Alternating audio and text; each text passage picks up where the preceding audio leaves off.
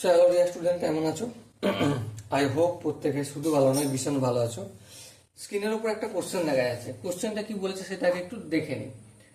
বলেছে যে tan theta equal to sine alpha minus cos alpha by sine alpha plus cos alpha, এটা বলে দিয়েছে। আর কি বলেছে? আর বলেছে sine alpha plus cos alpha equal to k cos theta. তাহলে কে এর ভ্যালু কত, এই কে সমান কত সেটা আমাকে খুঁজে বের করতে হবে।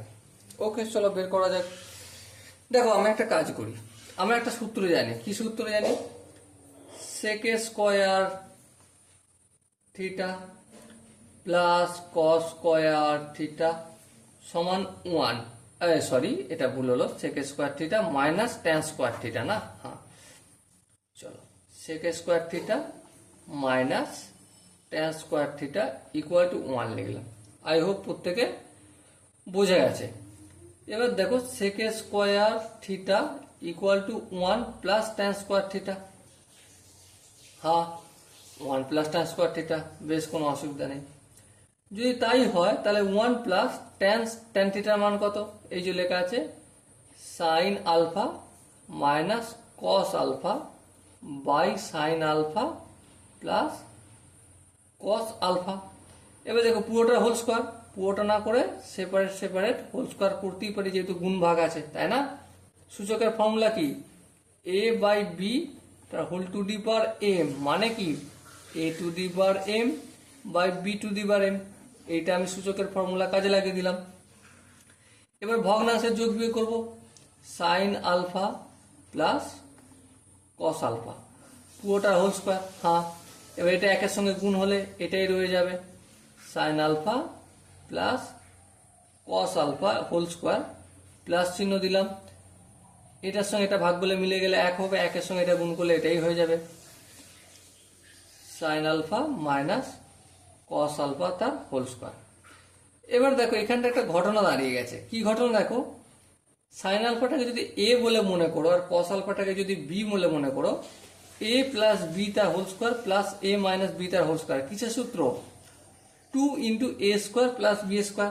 তাহলে 2 into sine square alpha plus cos square alpha.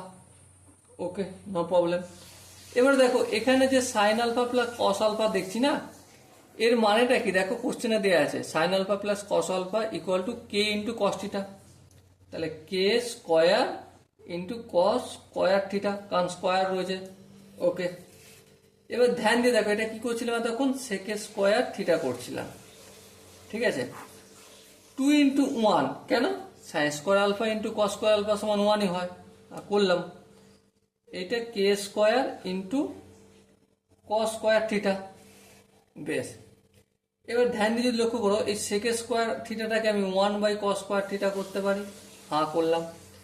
কে স্কোয়ারটাকে এদিকে পাঠালাম, বেশ, 2 থাকলো। আর এখানে দেখো, কস স্কোয়ার থিটাটা যেমন আছে থাকলো, এই কস স্কোয়ার থিটাটা আমি এদিকে নিয়ে গেলে উপরে হবে কস স্কোয়ার থিটা। এটা কেটে গেল। তাহলে কে স্কোয়ার আছে, অপোজিট সাইডে গেলে আন্ডার রুট অফ 2। তাহলে কে এর মান হলো 2। এবারে প্লাস মাইনাস অনেকে দেয়, কিন্তু এখানে যে আনসার আছে সেই আনসারে দেখো প্লাস মাইনাস নেই, সেই জন্যই আমি এটাই ঠিক করে দিলাম। Okay, so dear student, I hope প্রত্যেকে বোঝা গেছে প্রতিটা স্টেপ।